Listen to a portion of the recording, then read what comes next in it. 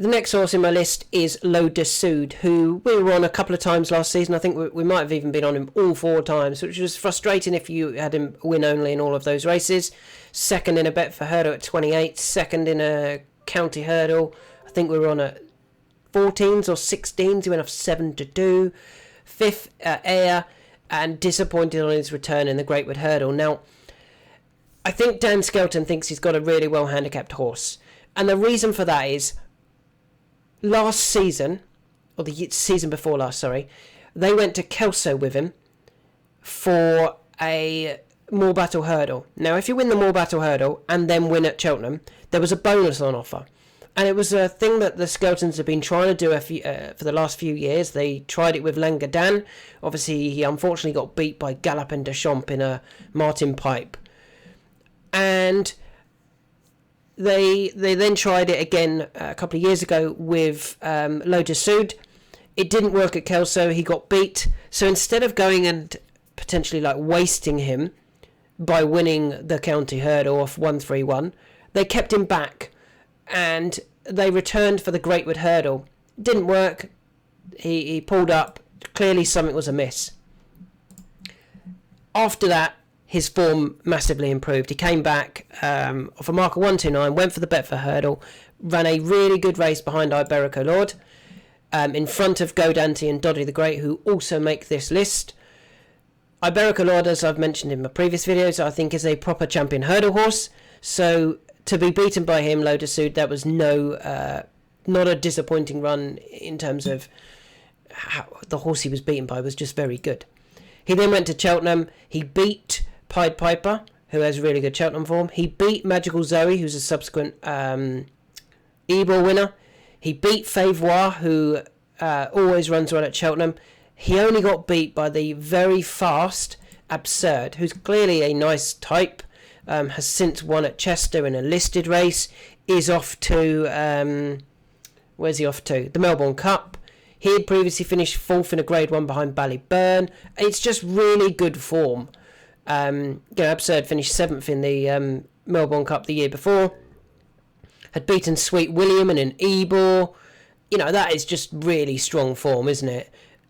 So L'Eau Du Sud being beaten by Absurd probably wasn't as poor a run or disappointing in terms of he was just beaten by a very well handicapped horse. This year, I was thinking they might hold him back, look after him, get him back for that county hurdle, and hope they don't bump into something as well handicapped. However, they're not. They're going over fences. Now, for me, that's very interesting for a couple of reasons. One, Dan Skelton does like the Grand Annual. He does try and win it. He did it a couple of years ago with Third Time Lucky, and then last year he won it with Unexpected Party. Now, L'Eau Du Sud, in my opinion, would be better than both of those two horses I've just mentioned. So if they can get L'Eau Du Sud into the Grand Annual off a reasonable weight, I think he would have a massive chance. And the fact that they're starting out already on the 6th of October in a novice chase, I feel that's because they know they need to get 4 runs into him before Cheltenham. Because unless you've had 4 runs, you won't qualify for the handicaps at Cheltenham. So I think that's really interesting because they're going to make sure that he's had those 4 runs. October, November, December, January probably. 4 runs, you turn up at Cheltenham in the Grand Annual, off a similar handicap mark to what he is now. He's currently rated 138 over hurdles. If he's about that over fences, I would be very keen on him for the Grand Annual. He did look a bit like a chaser last year even. He's quite a big horse and looked like he was jumping the hurdles quite nicely. I'm really keen on him. If he wins too many races too early on in the season, he certainly could do. He might end up in the Arkle, where I wouldn't think he would be out of place, to be honest. I don't think he would win an Arkle. I don't think he's of the level of Firefox, but I think he would finish 4th or 5th. So if he does end up in a handicap somewhere along the route, or ends up in a handicap at the Cheltenham Festival in the Grand Annual, he's definitely one I'm very interested in.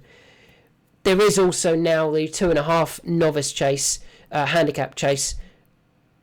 Novice handicap chase. Don't really want him in that. I think 2 mile is his trip.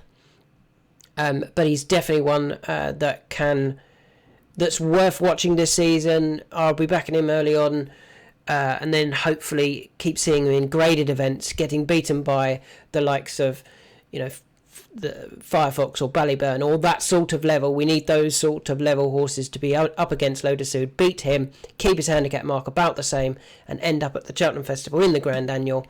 If he turns up off 138, I'd be very, very confident of a huge run.